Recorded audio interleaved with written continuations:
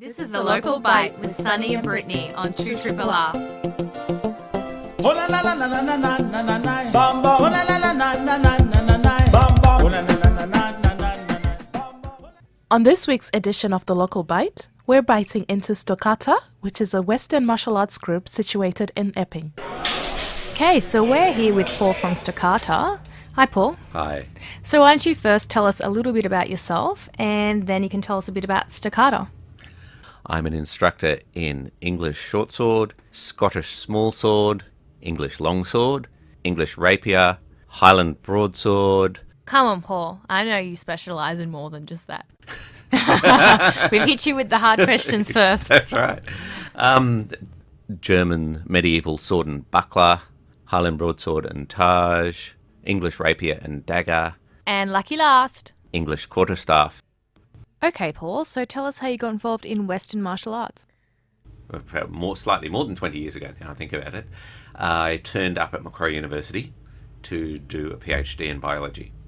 And I joined the local reenactment group that was there because it seemed like a fun thing to do. And at about the time I joined, one of the chaps who'd been running that group for a long time, named Steve Hand, had basically got sick of the make it up as you go along school of sword fighting and thought to himself, they must have written down how to do this stuff properly.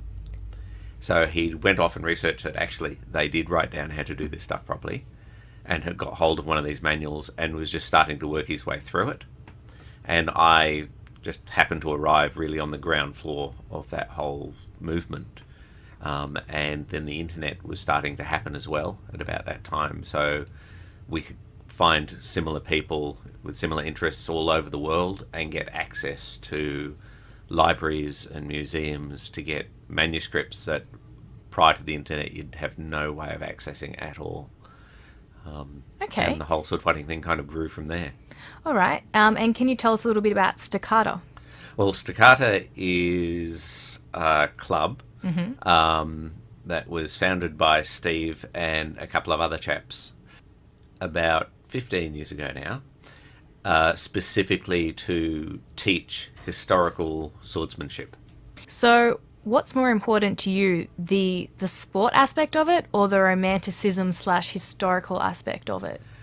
Well, it's not a sport because if you look back at sort of the history of Eastern martial arts in the West, sort of, over the 20th century, you can see that they started off as methods of self-defense and then were slowly turned into competition sports.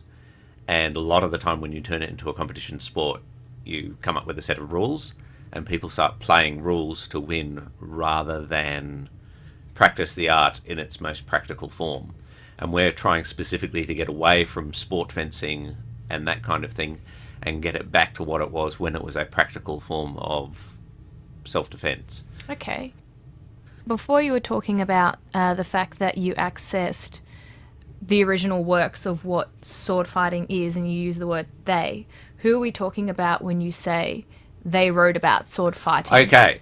Well, the earliest source we have comes from the 13th century. It's a manuscript called 133, which is just its catalogue number in the Tower of London. And it's a German manuscript. It's handwritten, hand illuminated. It's got lots and lots of pictures of monks fighting with swords and bucklers being little round handheld shields. It's got commentary, which is in a sort of a mix of Latin and medieval German. Between that one and the time the printing press turned up, there are about 100 similar handwritten, hand-illustrated manuscripts scattered around Europe. And they were written for the most part by professional fighting teachers. Sounds very intricate and like history has provided you with this puzzle and wealth of information at the same time. Yeah, and it really is like a puzzle because these things, especially the medieval texts, are pretty obscure and often deliberately written to be obscure. There's one classic example in a 14th century Italian manuscript by a chap named Fiore de Liberi. He has a technique illustrated, a wrestling technique, and the picture is deliberately drawn wrong. And the texts underneath says he's doing it wrong, and if it was me, I'd be doing it right. So the idea there is basically if somebody, a peasant who can't read, gets a gander at this manuscript, he'll look at it and he'll look at the picture and he'll be able to say, that's what you do. But it won't actually work. So it's like it's a deliberate little trap that's set in the manuscript to make sure only the educated elite have access to this knowledge. And Fiore is actually quite overt about that in his introduction, saying this is for us, it's not for the peasantry, it's for the knightly classes and the ruling classes. That's absolutely amazing. Yeah. If you loved history, this is something that you would really enjoy. Yes, very, very much so. Is everyone else who's involved in this club, are they as much of a history buff as you? Oh, it varies. I mean, we get a lot of people who just want to learn how to sword fight because it sounds like a fun thing to do. Some of them come from, say, a sports fencing background and they don't like the artificial rules in sport fencing. So some people are interested in the history, some people don't want to dress up and they just want to learn how to hit people with swords. Sounds like a bit of a boys' club. Yeah, it's mostly boys, I've got to admit, but we do get plenty of girls, and as an instructor, girls are a lot better to teach. They're a lot more precise in their movements, and maybe don't get carried away so much. Yes, which is both a good thing and a bad thing. It means that like you don't need to be super strong or fast or aggressive. It's very much it's a martial art where the more you know and the better you do it, the better you will be. There's always a style that suits an individual's, particular talents and ways of moving. So if you're not particularly quick, there are definitely styles that you can do that don't require you to be quick. Something for everyone. Something for everyone, definitely. Even the girls. Definitely. So, Paul, quite often we hear people use the expression, jack of all trades, master of none, but you prove to be the anomaly in this fact. Yeah, I am a bit. It's within the sort of the historical swordsmanship community. Yes. It's generally accepted wisdom that you learn one or maybe two styles and you really concentrate on that yes. one or two traditions and get really good at that yes. and try not to do a bit of everything. All right. So could you tell us a little bit about what's your favorite weapon, why, and how long it's taken you to be a master of that? Okay. Well, I think my favorite weapon is the basket-hilted Highland broadsword. All right. Sometimes called a claymore. So there was a long, straight, double-edged sword with a iron or steel basket to protect yes. the hand, which first arose in Britain about the 16th century. Mm-hmm. And was still in use more or less up until the point swords stopped being used on the battlefield. There was actually one famous British, somewhat lunatic commando who, in World War II, who carried his claymore and a longbow into battle and used to shoot German sentries with his longbow. So... in World War II? In World War II. So that was a bit of an anomaly. For the most part, by the end of the 19th century, swords had really... become redundant.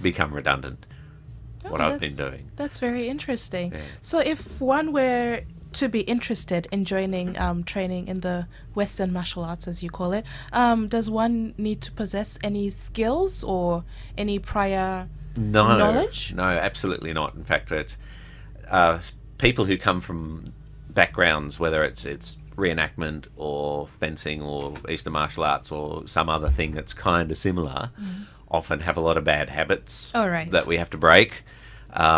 So sometimes a clean slate is actually a better way of starting. If one were to be interested in learning more about, obviously, the history, the weapons, and how to get involved, where would they be able to obtain more information? Well, they can look at our website, which is sydney.stoccata.org. All right. And we've got some little write-ups on the various weapons and systems on the website that they can look up. And lastly, before we let you go to your dueling quests, if you were to be a medieval fighter back in the day, what regiment or what part of England would you be fighting for, and what would be your chosen weapon of choice and armor of choice? Oh, right. It would definitely longsword. Yes. So it's a two-handed sword. Armor is an interesting question. Essentially, if you're talking about classic medieval full plate armour, trying to hit it with a sword is fairly pointless because it's made of the same metal as the sword. So knights did not get dressed up in armour and then try and whack each other with swords because the swords were completely pointless at that point. That's why there's a lot of grappling and wrestling in medieval manuscripts. So I think I'd steer away from the armour and go for unarmoured combat. All right, au natural. That's very brave. And with us here today is Paul's partner, Miss Julie, sitting in the corner there. I know you personally don't get involved in combat, but from an outsider's perspective, how do you view this Western martial arts combat? Oh, well, I think it's a really good exercise and outlet if you have, say, frustrations in your life and that sort of thing, and you want someone to sort of get that out with and that sort of thing. It can be really good that way. I know I've picked up a sword every now and again and had a bit of a go with Paul in the back garden, and that's about as far as I've gone with it. Briefly, Paul, could you tell us about your classes that are running and how your terms are structured for those who would be keen to get started? Well, we train on a Monday evening at 7:45 at the Uniting Church Hall in Epping in Oxford Street, corner of Oxford and Chester Street. We do 2 classes of 1 hour each, so we do 2 different weapon systems at any one time. And then there's usually an hour or so of bouting, in other words, whacking each other with swords, and then we go to the pub. Sounds like a jolly night to me. Yeah. As long as you don't go to the pub first. So I think me and Sunny are free next Monday. Yes. How do you feel about Sunny and I Definitely. joining your class? Definitely have to come. Yeah? That will be a right treat for us. Okay, I think we're going to be sword fighting this Monday. Sounds good to me. We decided to take on Paul's offer and try a hand at sword fighting, as well as finding out how some of the members of Stoccata got involved and what their favourite weapons were.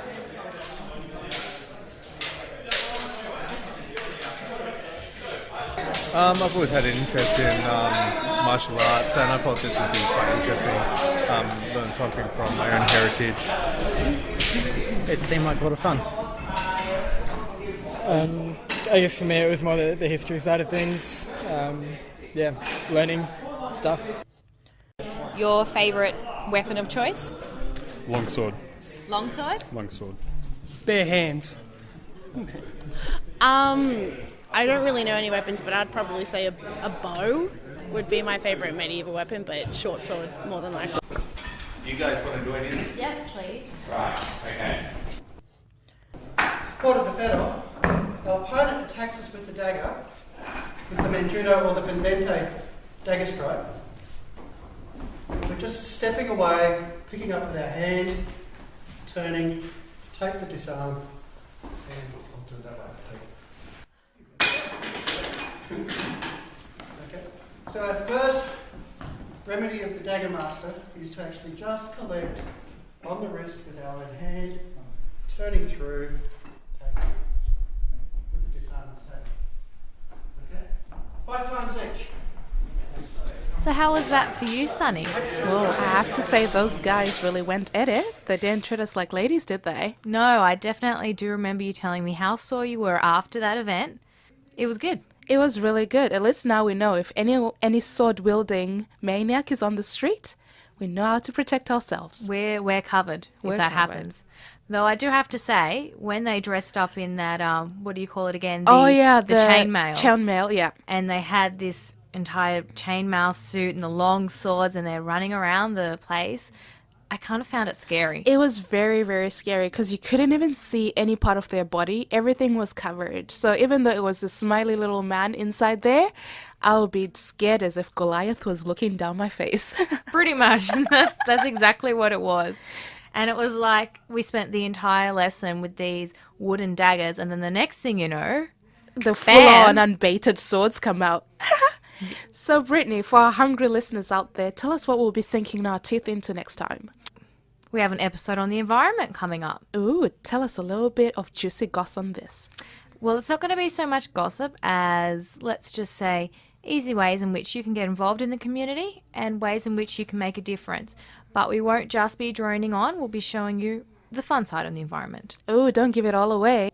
Catch you soon on the local bite.